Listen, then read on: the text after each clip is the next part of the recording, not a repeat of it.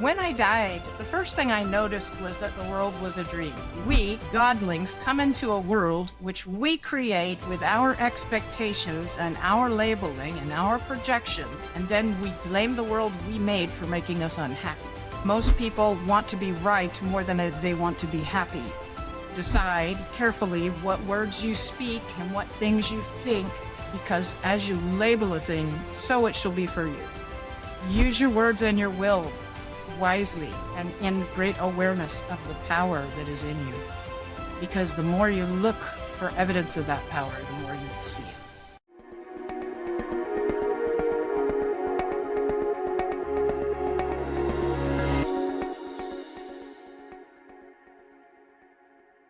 Guy here. My epic guest today is Cailin Callaghan. And she had a near-death experience that took her obviously beyond this reality. And from that, her message has always been is that the world is not what we think it is. And that most people are asleep inside this dream that we call life. But right now we are being called to wake up on the planet. It is a fascinating conversation. And we talk a lot around this illusion of the world, but also how to break free from the suffering that we can sometimes feel in and the massive consciousness shifts that are happening on this planet as well. So if you love these conversations, all this resonates, you'll get a lot out of this conversation today. Be sure to let us know where you are in the world. If you're watching on YouTube, drop a comment below. It's always lovely to connect in with you all, and hit the subscribe like anyway to continue to share these messages out there if you're enjoying the show. And of course, come and join us somewhere around the world in a retreat that we run, the 5-day retreat experiences. And of course, if you're in Australia and New Zealand now that we're getting there, check out if there's a 1-day workshop near you. All the links are below, including free meditations as well to help support you. Much love from me. Enjoy this podcast, and I'll see you soon. Cailin, Here we are. Welcome to the podcast. Colleen. So sorry. Thank you. I'm really, that's all right. It's understandable. That's the way it's spelled, so I get it. Thanks for having me. I'm really glad to be here. Yeah, no worries. I'm a slow learner, honestly. By the end of the podcast, I will get your name right. I promise you. All right. I challenge you. I love to ask everyone on the show this very simple question, and it's a great conversation starter as well. But if you were at a intimate dinner party right now and you sat next to a complete stranger and they asked you what you did for a living, how would you respond? I would say I'm a spiritual coach. Huh. Okay. A spiritual cognitive coach. Okay. So I wouldn't go straight into telling them I was a channel for an interdimensional being who calls himself the Daemon Michael. No, I don't think I would dive right into that unless I knew them well. But here you are though, now coming out on YouTube and having conversations about it where tens of thousands of people could potentially listen to this conversation, you know. Isn't it fascinating? That's the plan. Yeah, absolutely. Yes. And I'm an INFP personality type and quite retiring. I'm a bit of a hermit. And so it's kind of cool that in life, the way you move forward is to do that thing you're disinclined to do, that scary thing, like come out of the closet and tell everybody, yeah, I know I'm an empiricist and all, but I have the constant companionship of the Daemon guide. So what can I say? Yeah. Well, what's an INFP? Don't mind me asking. It's a personality type. Let's see. It's intuitive. Wait a minute. It's introspective, intuitive, feeling, and perceptual. Okay. And there's 16 different basic personality types, and INFPs are probably the fewest in number in the world. And we're generally retiring kind of cryptic people because we just don't like being in conflict and a lot of confrontation. And so coming out and talking about this sort of thing is not really in my nature, but here I am. No, good on you. I gotta be honest. There's, I've been in front of thousands of people now over my journey in what I do with my events and workshops and retreats. And most people, when they're ready to step into this work, are being like, there's a pull, like a magnetism to I really want to unleash the shackles, let it all go, and just live in my truth. Yes. But there's a complete Yes. fear and terror at the same time, and it's very common to see. Anyway, so my question to you is, before we get into channeling interdimensional beings and your near-death experience and everything that we want to talk about today on the podcast, why now? Why have you come out now and really started to want to get this message across? Okay, well, a couple of things happened. In the first place, the NDE, the message of the NDE was decidedly quantum. And I was an empiricist at the time and 20 years old and in college, and I wanted a career in sciences. So I didn't want to wreck my career prospect in sciences by coming out about a decidedly quantum message when in 1978, the world was really not embracing quantum ideology yet. And so I got silent about it for, I guess it was about 45 years. And then waiting for the world to be ready to make sense of the message, to understand it. And then in 2020 and to 2021, I went through 9 months of really brutal Lexapro withdrawals. And I was withdrawing from after post-surgery, Percocet at the same time. And it was a personal purgatory. It was really, really, really, really hard. And there was no kind of support or, medical intervention of any kind to help me with this. No psychological talk, nothing available to help me. And I had to use what Michael had taught me my guide Michael had taught me in the Lustrous Basque when I died, in order to take sovereignty over my mind. My brain, being in withdrawals, was chemically predisposed to seizing on grievances and anger and fear, and having horrible, constant rolling bouts of anxiety that just rattled my body. And because the brain was predisposed chemically to that, my mind was in a turmoil. I mean, I just completely run amok. And I had to recognize the difference between me and my mind. Now, I had known this since my NDE, but you lose your lucidity. Lucidity is when you know you are not your body, you're not your story, you're not your mind that attacks your peace. You're none of those things. Lucidity is knowing yourself as consciousness itself, conscious of itself. And when you are in that lucid state, you have much more control over your mind, which is really, especially when you're in withdrawals, like a teething puppy. If you don't give it something productive to chew on, it will destroy everything. And so during the course of the withdrawals, not only did I have to really, really use the perspective Michael had given me just to keep from killing myself, because the body was constantly urging me to end the suffering, end it. But I didn't feel that way. The consciousness did not feel that way. So I had to become the observer and the chooser of the self-talk. And I learned a variety of techniques that were transformative in themselves. One of them I call Imagifestation. And in the place of worry, which is borrowing a negative future that you don't want to occur and bringing it into an otherwise satisfactory present moment, instead of worrying, I chose to put my mind, my concentration, my attention very focused and intensely on imagining in every dimension I could, especially the feelings of where I would prefer to be.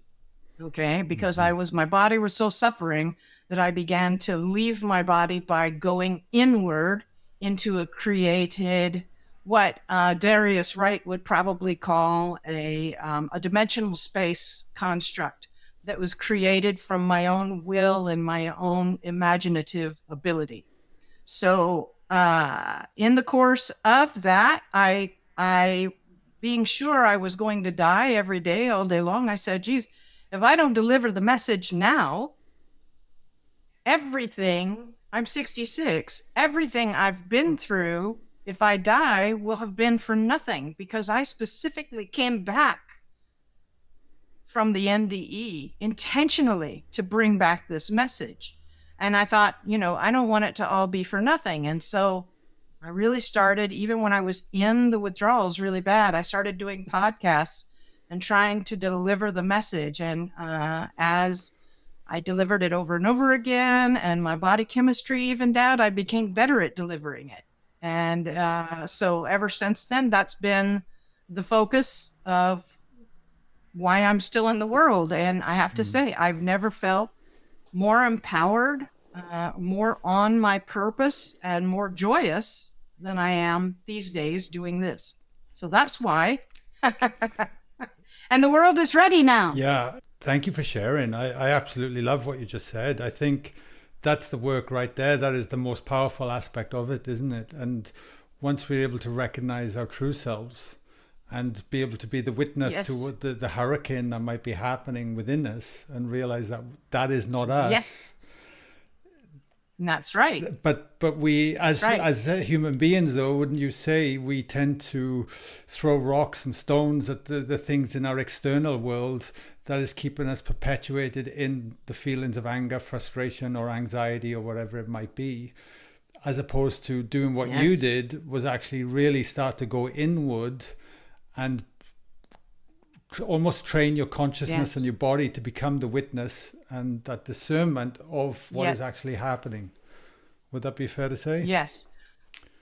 Close. I would say it slightly differently, but the most important thing is that what happens is we tell ourselves a story. We get to be in our teens and we want to be cool, and so we can't wait to grow up and make a persona that everybody will think is cool and wants to hang out with, right? So we get into buying the things and wearing the things and having the things and being the things and trying to affect this persona that we think will make us popular and loved. And none of that is us. And we construct this story of our lives, and in which we're the hero, of course, or the heroine, and none of that is us either. We are the constructor of that story, but we're sleeping without lucidity in a dream of identification with that story, when we're not the story at all, nor are we our grievances. But most people think that if they let go of their grievance, that they are somehow disrespecting their persona. What they're doing is they're nullifying the importance of something to their story, but it in no way nullifies their persona. It's like thinking that if you stop weeping over someone that you've lost who has died, that you are in some way dishonoring them. You're not. You're not dishonoring them at all. It's a choice of why make yourself miserable. It's a change in your perspective, that because you say to yourself, I'm going to see this person again. Okay, I'm going to be with this person again. They're happy. Why should I indulge myself right now? I mean, I understand. I grieve too. I just don't grieve as long, and I don't hold a grievance very long. I observe that it is actually making me unhappy, the self-talk that is the grievance, and I decide there's no point to it, and I just let it go, because I've been doing this act of lucidity in the dream of the world for so long now that it's very easy for me to get over something very quickly, because I don't see the point in carrying it with me as baggage, because I'm the consciousness in control of what I say to myself. And most people want to be right more than they want to be happy. They want to be vindicated more than they want to be happy. To be happy, you have to let go of things that are making you miserable, burdens you're carrying, self-talk that isn't working for you. That's how you make yourself happy. You give yourself peace, because you are peace, your love, as soon as you drop the identification with all the things that are not you. As soon as you're lucid and you realize yourself as consciousness itself, conscious of itself, then you have mastery, you have sovereignty, you are empowered. you can take total charge of your subjective experience. And that, you see, is what we've done in the world. And that was Michael's message. And it made us roar with laughter. We, godlings, come into a world which we create with our expectations and our labeling and our projections. And then we blame the world we made for making us unhappy. And we disempower ourselves with the power of our vow. We disavow our power by the power in our vow. We make the world we made responsible for our misery. And so we're offloading our power to avoid blame because we'd rather be right than happy. Does that make sense? 1,000%, yeah. And the world, if everyone grasped this message, the world would change. I mean, this is why I do what I do. Suffering would end. Right? This is why you do what you do. This is why probably every person I've had on the podcast does what they do, because once you experience it and understand it, you just want to be able to pass it on to others, and hopefully they run with it. But it sounds like we have to, like with even yourself, you had to go through a great deal of pain to truly get it, or embrace it. I had to practice. Yeah. I had to practice. What happens is, okay, when I died, the first thing I noticed was that the world was a dream. Okay. That was two things I noticed right away. First of all, I was perfect.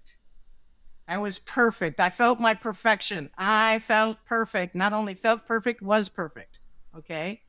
And the world, I realized, was just a dream. Now, I say that because we've all had bad dreams where we woke up and we realized, my reality springs from a higher level of existence where nothing in the dream could affect me. Well, that's exactly what I realized when I died. Nothing in the dream could have ever affected me. Okay, I was awareness, I was being, I was presence. Okay, and so over the years, my guide, when I was a child, he taught me to lucid dream. He came into my dreams and taught me to lucid dream. And at the same time, he kept telling me, though, but don't wake up from the dream. You have to stay in the dream to change the dream. And I didn't understand as a child why it was important to him that I not wake up. He kept saying, stay in the dream, but be awake in the dream. Be awake in the dream, because only the lucid dreamer can change the dream. And then years go by, and I have this NDE, and he's sending me back into the dream of the world to be lucid and to tell people about consciousness being aware of itself as consciousness itself is lucidity. Don't be in identification with all those things the world teaches you to think are you. None of that is you. And that's lucidity.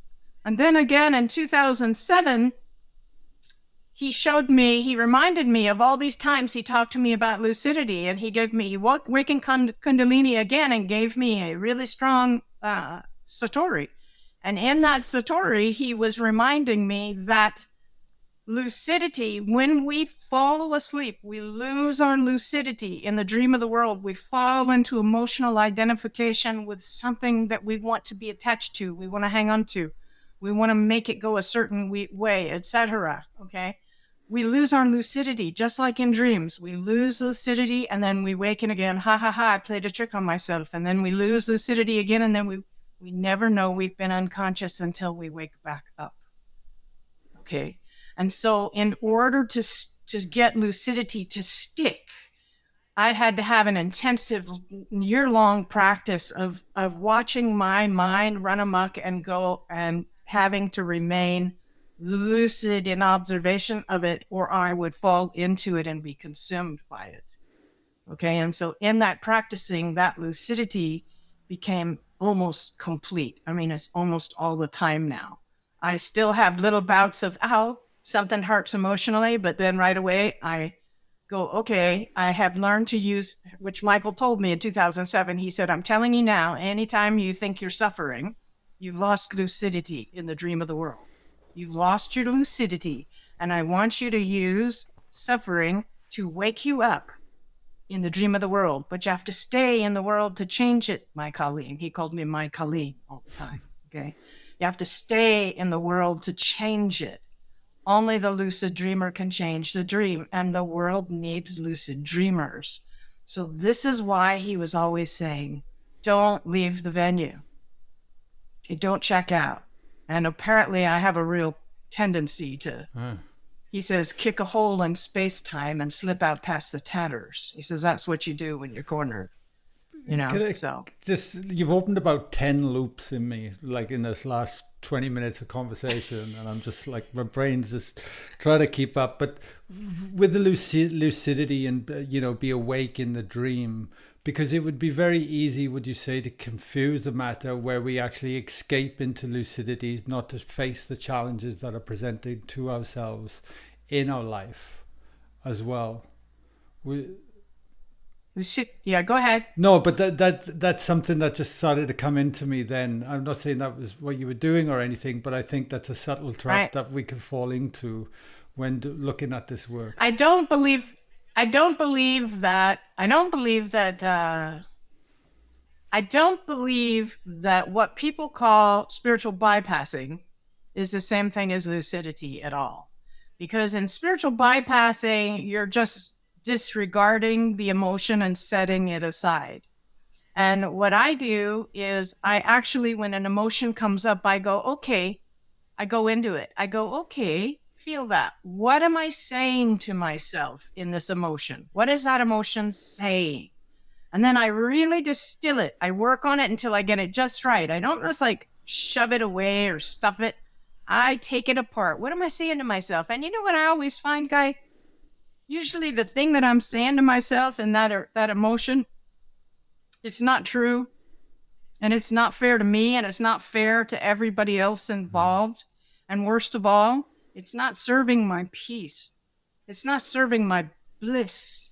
And once you've been the observer of your self-talk for long enough, you become the chooser of your self-talk as well. You decide there's much healthier self-talk and a healthier way to look at this situation than what I have been. And then you take charge of it and you say in a fair way what is actually factually going on. And then you resolve to simply suspend your judgment about the situation, to trust that it's going to work out with some sort of a boon. No matter how difficult the trial, I've always said, when the backyard of your life is full of steaming horse poo, it's a sure sign of ponies. And you're not going to see the ponies if you're focused on the poo. Okay? And it's if you can catch the pony, you can ride it to a higher level of perception right out of the poo entirely. Okay? So I'm definitely not advocating spiritual bypassing. I want you to go into those emotions and work the practice of taking them apart and asking yourself, is it true what I'm saying to myself? Is it fair? Is it serving me? And if it's not doing any of those things, then you as a godling exercise your will to decide something healthy to tell yourself instead. Thank you. I love it. No, I certainly wasn't insinuating that. It's things that I want to bring awareness to the conversation as people are listening, because I go for it. Yeah, just to make sure that everybody is listening, is clear on where we're going as well with it and things. Okay, I'm still keen to get into Michael and your near-death experience in a moment, but there's one loop I want to close before, and you mentioned the word Imagifestation earlier.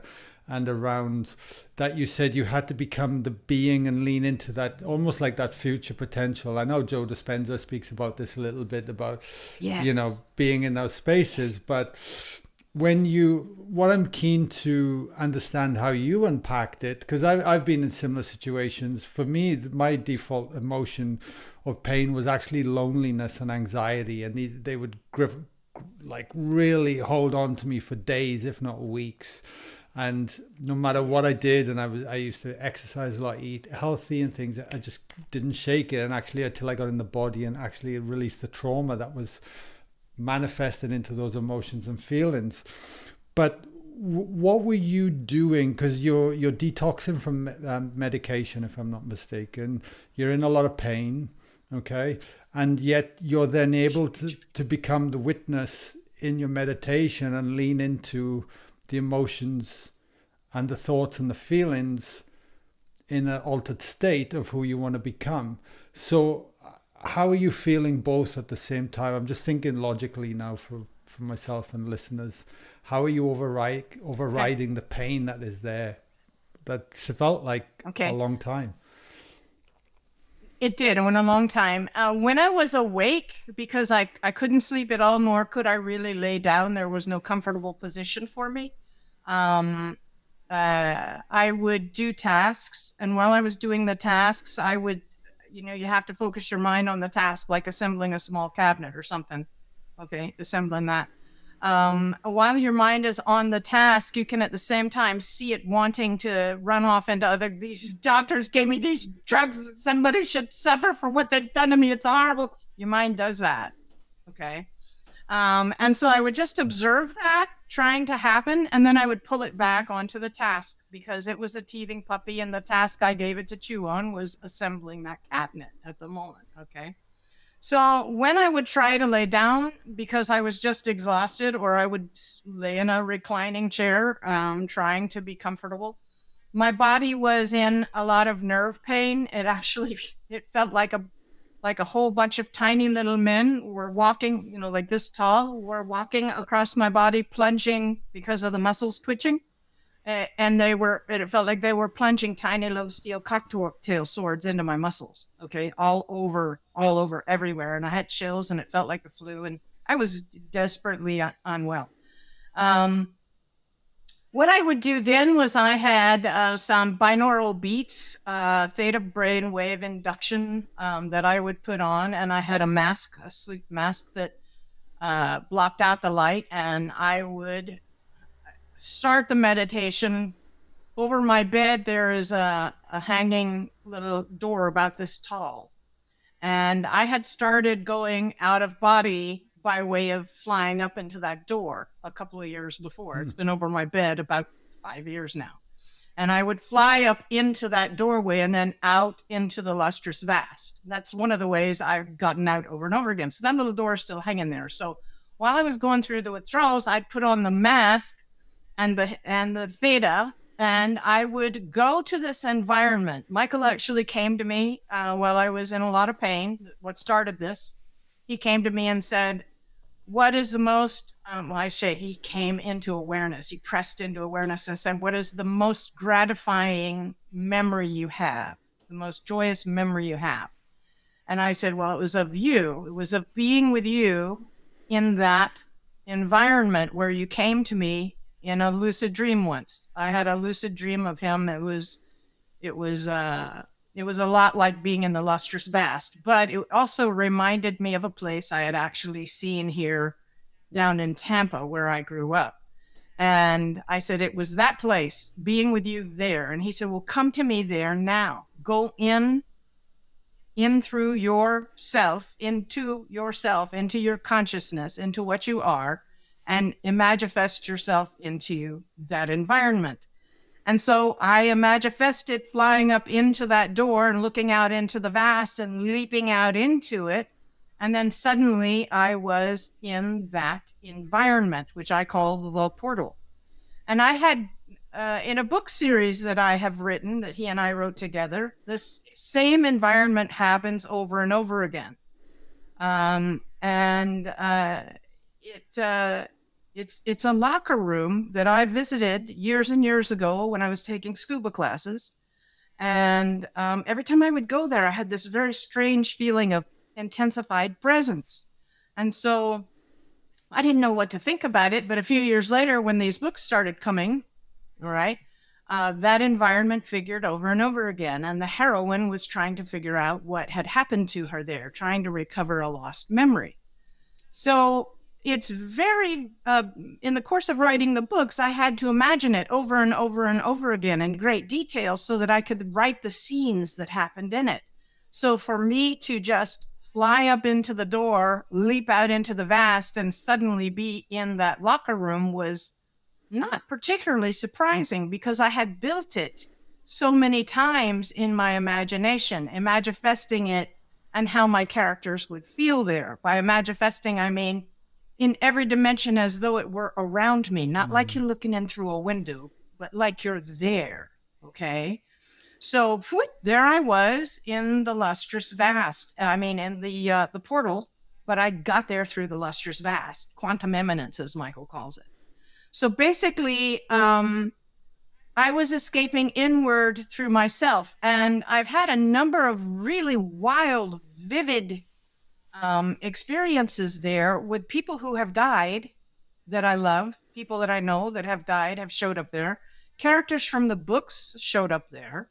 All of these things made my empiricist mind go, wait a minute, what's happened here? Because, for instance, at the top of the stairs leaving that environment, I had practiced Imagifesting a lagoon environment to go and meet with Michael there and talk with him. And I had invested similar amounts of time and energy. Attention energy is our godly mojo.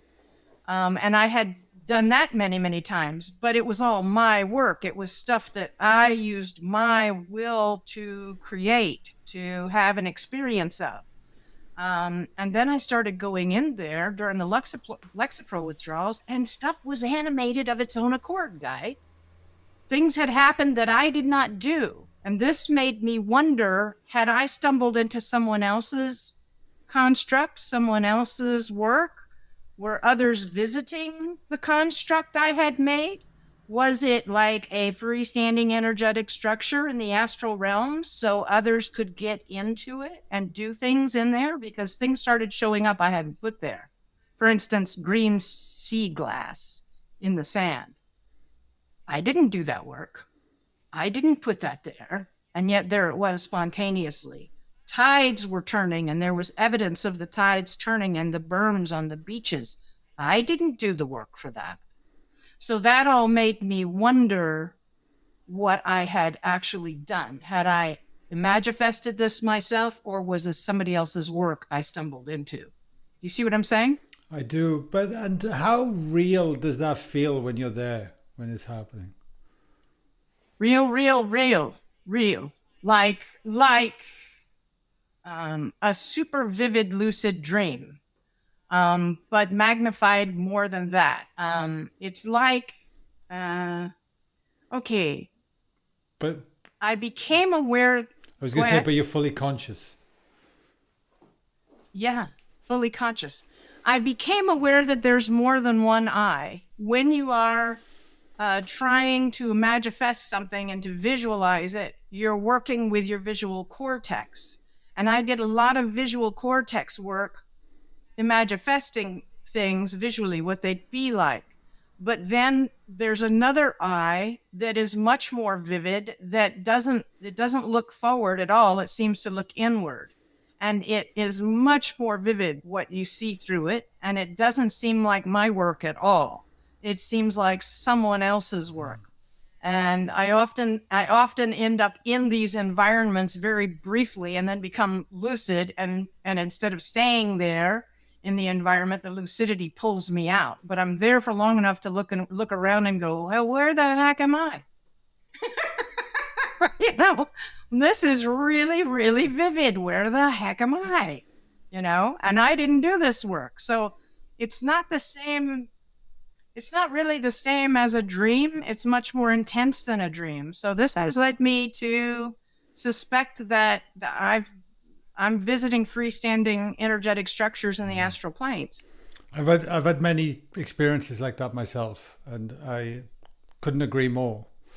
I'm not, I'm just, okay. I just want to get your perspective from it. And I remember being... So you know what I'm talking about, the different eyes. Yeah. And I remember being shown a world where there was all these magical castles along an ocean front. And I got to fly along next to them. And I have no idea why I was shown it. And it was the most magical experience, one of the most magical experiences I ever had. And I remember... But then it lasted for a couple of minutes, and I remember thinking, wow, this is amazing. And then I started getting in my mind. But I actually felt myself come into my body out of the back end of it. Yes, that has happened to me a lot of times where I felt myself, I didn't really know, I wasn't registering leaving, but I registered when I came back in.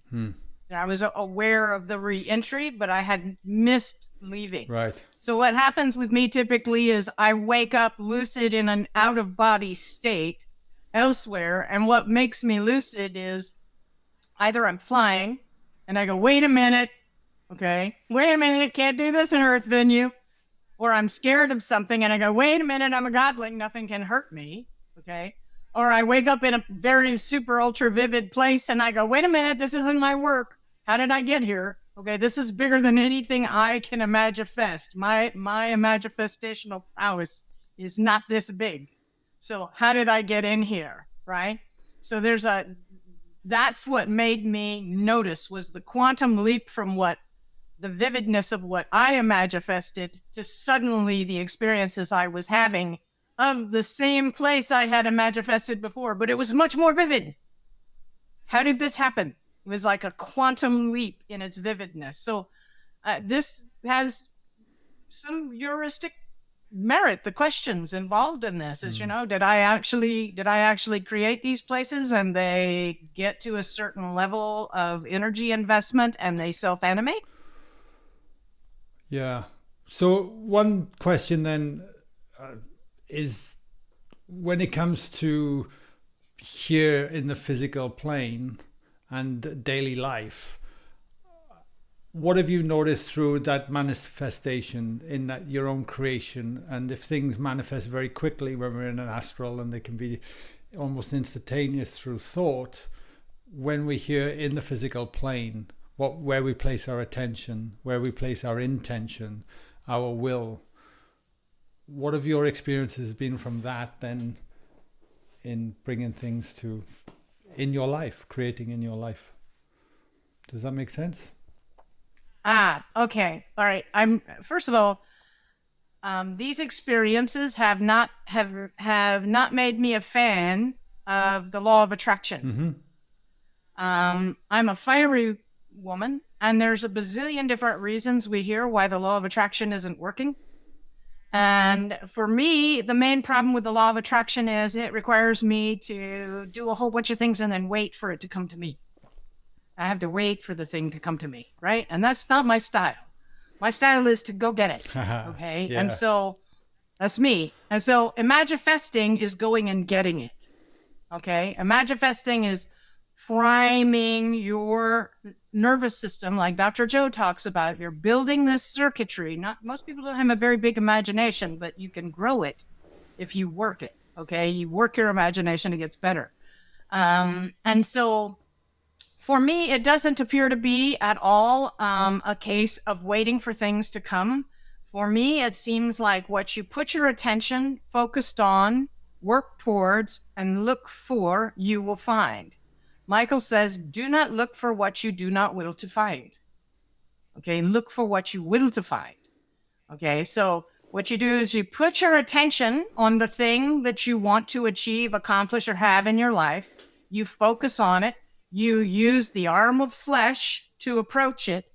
You summon the feeling, imagifesting the situation that you want to have, and you experience the feeling of the person you will be when that occurs. Because like me, I'm an INFP, I'm an introvert, and I'm not really gregarious, okay? Yet to deliver this message, I have to become a new person. I have to become not extroverted, but I have to become more interactional with people, okay?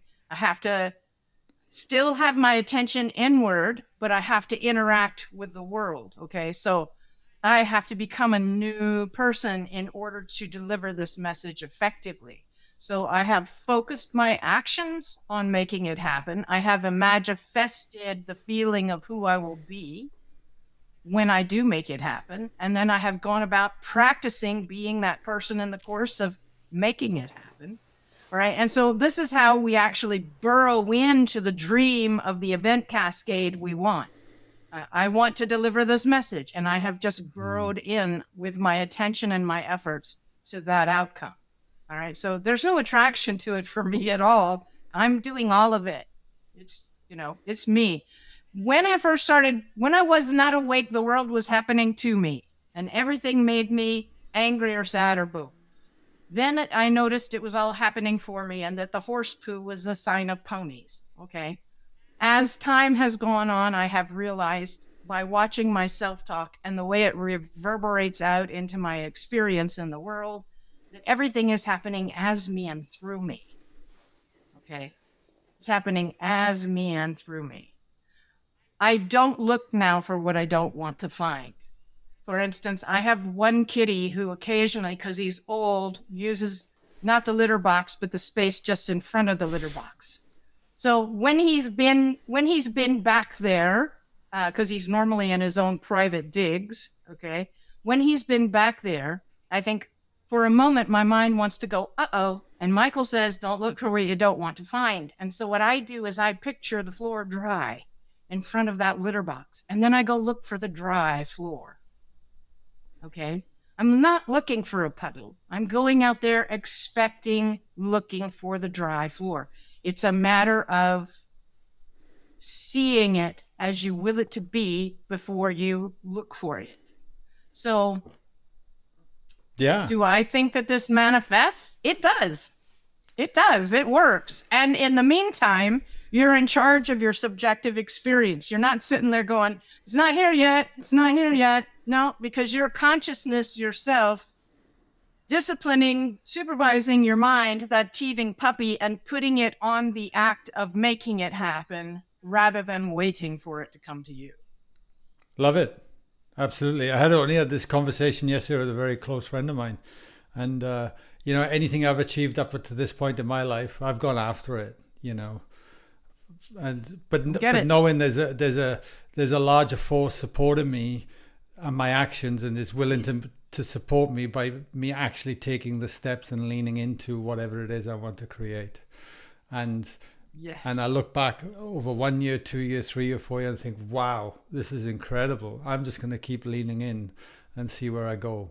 Yes. And it's challenges still present, but those make you stronger actually in learning how to continue to observe and engineer the self-talk that is actually productive to what you want to accomplish. Absolutely. I mean, it's a huge difference between operating unconsciously without lucidity in the dream of the world and being miserable in your identifications with all your dreams broken and your aspirations unmet, to living in conscious approach of your goals and in charge of your attitude and your self-talk.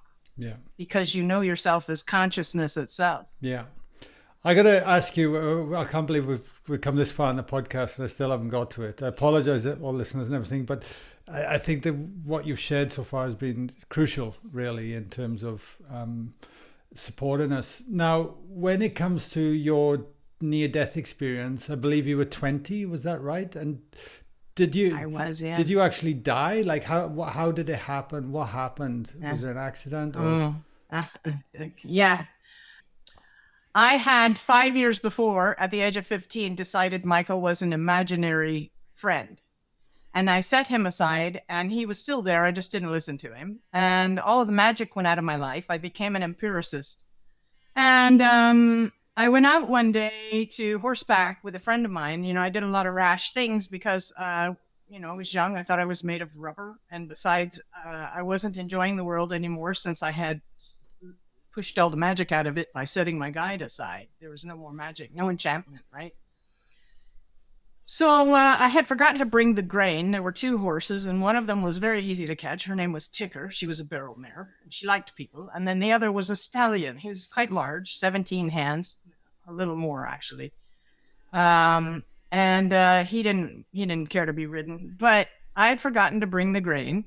And so I thought, I'll get on the mare, Ticker, and I will, because she's very maneuverable, I'll chase him into the paddock on her back. And then when we've got him in the small paddock, we'll be able to catch him.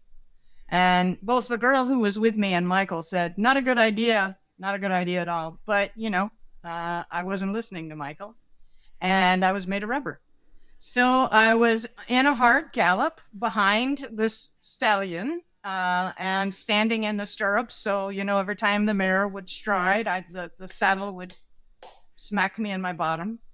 And I was leaned forward with my head down close to her neck. And everything slipped into slow motion.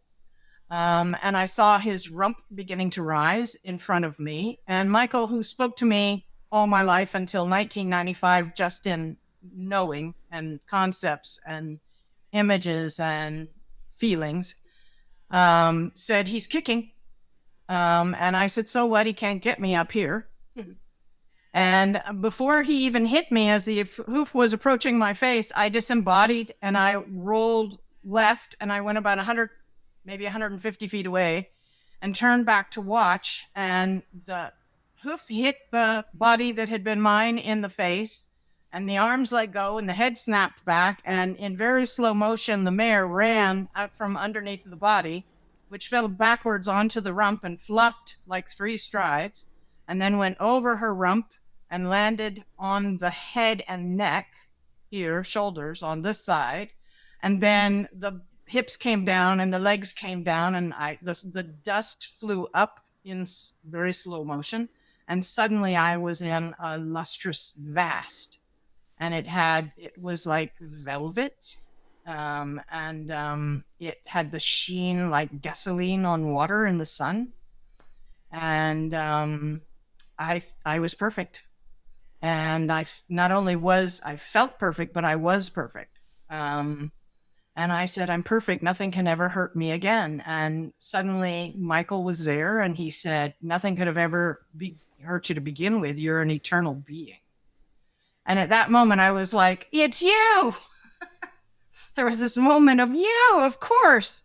But we were so intimate. We are so intimate that it was just like picking up a conversation right out of nowhere that we had left off, just picking it right back up. And we went on from there. And I said, well, if that's true, nothing could ever hurt me. And I can tell it's true because truth has a kind of taste when you're in the lustrous fast. I said, why was it so scary? And he said, it was scary because you believed you could suffer loss and die.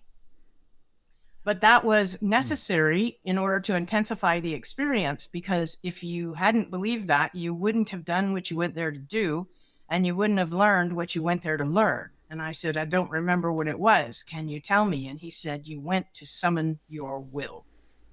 And I said, summon my will? You mean I went through all of that just to learn what I wanted? And he said, no, you misunderstand what I mean by the will. I have to show you. And then he started giving me life review, where I would go into a vignette of my life and I would relive it.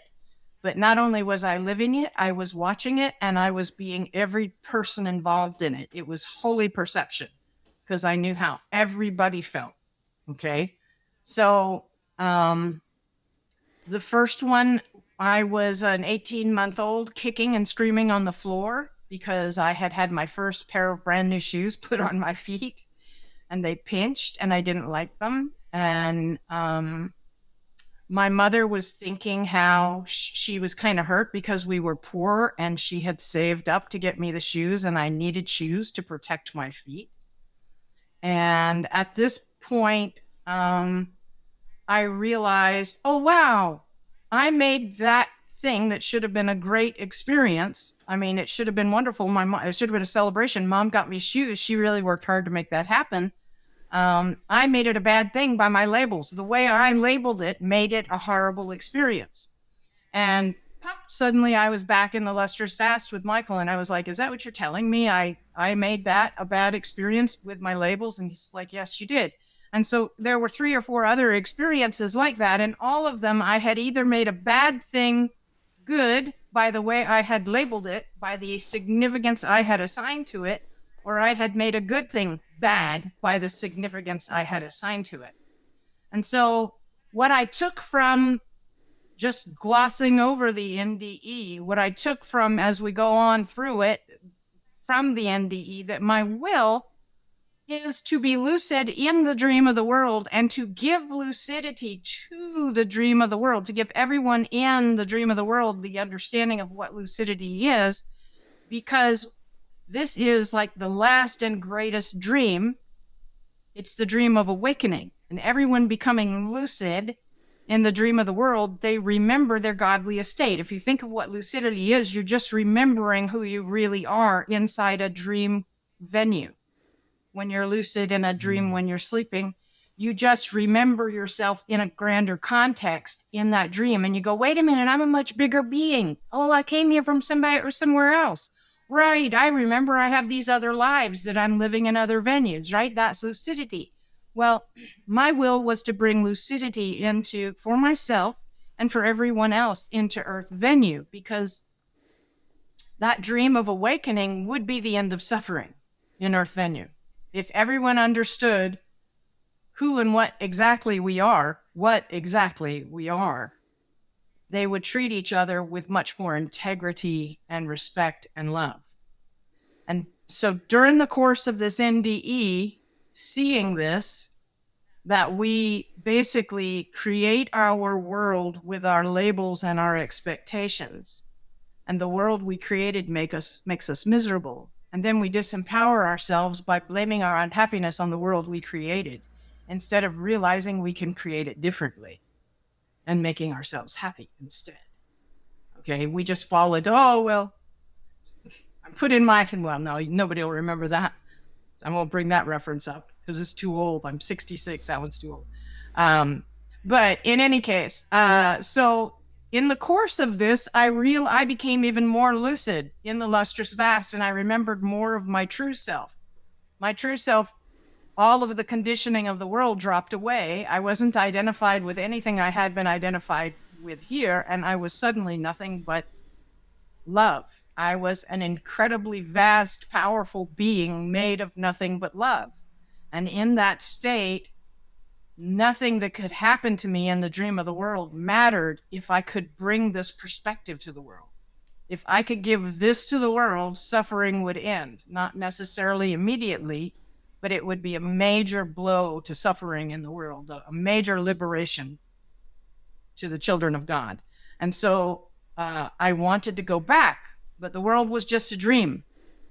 So I said to Michael, how do I get back into the dream of the world? And he said, well, you've done it lots of times already. You went back into your timeline and relived vignettes. And he said, you can go back any place you want. You can even go back in the moment before the accident happened, and you can stop it from happening. But if you do that, you'll have a strong sense of deja vu, but you won't remember anything you've learned here because it'll be part of a different event cascade in which you died. So you can actually split and go back and not have the accident at all, but then you won't remember this message. In order to keep this message, you have to go back into the last moment because it contains nested within it every antecedent condition that brought you to that time, space, and outcome. So you have to go back into that moment. And I said, so how do I do it? And he said, well, you just tunnel into it with your attention. You remember what was happening, like the horse's rump rising, and you tunnel back into it with your attention and your will to be there. And I did it. I did it immediately. I didn't even say goodbye. It was like a trial run. I wasn't sure if I knew how to do it. I just instantly tried, and it was like a rushing wind, and I was back in my body. So yeah. And then the horse fell on you and everything happened. No, the horse never fell on me. No. Oh. I was getting up off of the ground. I was getting up off of the ground after I'd come off the horse's back. I was trying to get up. When I got back into my body, I was trying to get up. The horse had already kicked me. I was laying on the ground. I was trying to get up. That's where I ended. Were you riding with somebody else? So to everyone else, like that would have just, what you leaving your body, having that experience, that might have felt how long? But then in the moment, it was like a click of the fingers, right? Probably gone to her perceptions, the girl who was with me, because she was about when the horse kicked me, she was about 300 feet away from me when the horse kicked me, and when I got back into my body, she was standing over me. So I'm thinking I was gone. She told me that as she approached me, she thought I was convulsing. And as she got closer, she heard me laughing.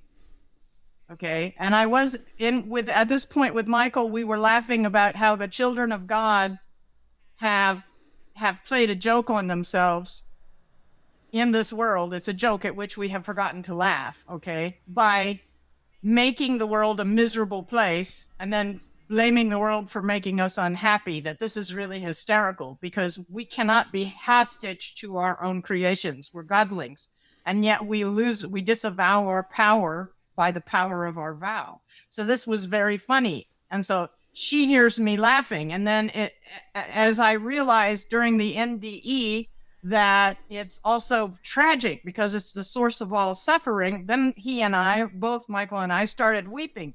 So she tells me, as she got closer to me, she said, then I heard you were weeping. And as I got even closer, you were thrashing and weeping and laughing at the same time. And she said, and then you went absolutely still.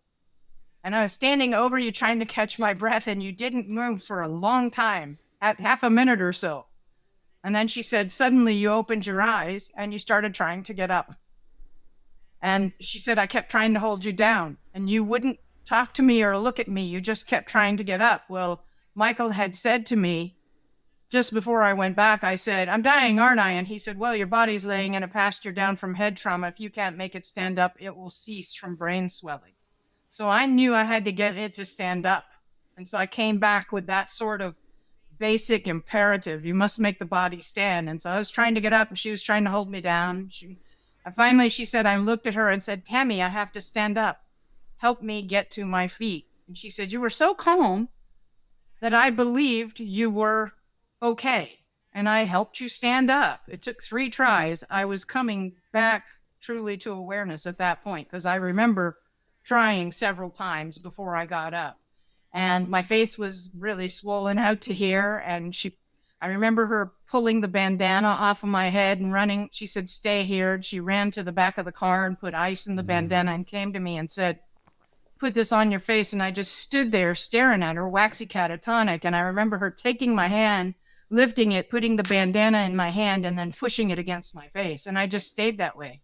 So it was like I got back into my body, but I was absolutely really waxy catatonic off and on for about 3 hours. I just kept losing consciousness and going waxy catatonic, right?